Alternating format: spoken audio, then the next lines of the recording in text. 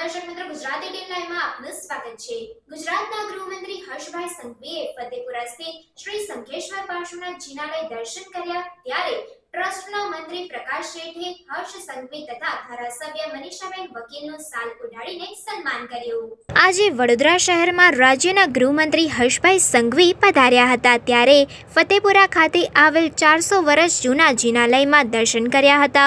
પ્રકાશ શેઠે જિનાલયનો ઇતિહાસ જણાવ્યો હતો અને તે સાંભળીને હર્ષ સંઘવી ભાવ વિભોર થઈ ગયા હતા। આ પ્રસંગે વડોદરાના કલેક્ટર એ.બી. ગોર, પોલીસ કમિશનર અનુપમસિંહ ગેહલોત તથા ડીસીપી પન્નાબેન મોમાયા, યુનિવર્સિટીના પૂર્વ સેનેટ અને સિન્ડિકેટ સદસ્ય દીપકભાઈ શાહ, એડવોકેટ નિસર્ગ જૈન, પ્રવીણ શેઠ, ગોત્રી રોડ જૈન સંઘના અશોકભાઈ મહેતા તથા વિમલનાથ જૈન સંઘના ઉપપ્રમુખ અને અજયભાઈ તલાજીયા, પાંજરાપોળના રાજીવભાઈ શાહ સહિત જૈન અગ્રણીઓએ મહેમાનોનું સ્વાગત કર્યું હતું। આજના આ કાર્યક્રમમાં મુસ્લિમ બિરાદરો પણ મોટી સંખ્યામાં ઉપસ્થિત રહ્યા હતા।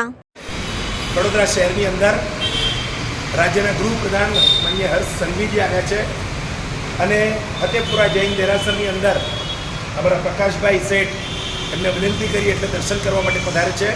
આપણે પ્રકાશભાઈને પૂછીએ આજે હર્ષ સંઘવી આવે છે, આખો કાર્યક્રમ શું છે?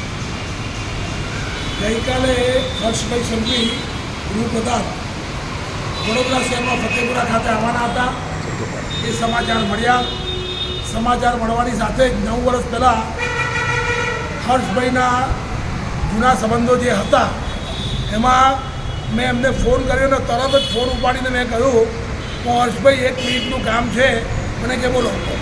અને એમને કહ્યું કે તમે, મેં કીધું ફતેપુરા દેરાસર બહુ નજીક છે અને આપ પધારો। મને કે હું ચોક્કસ આવીશ, મારા પીએને બધી વિગત લખાવી દો।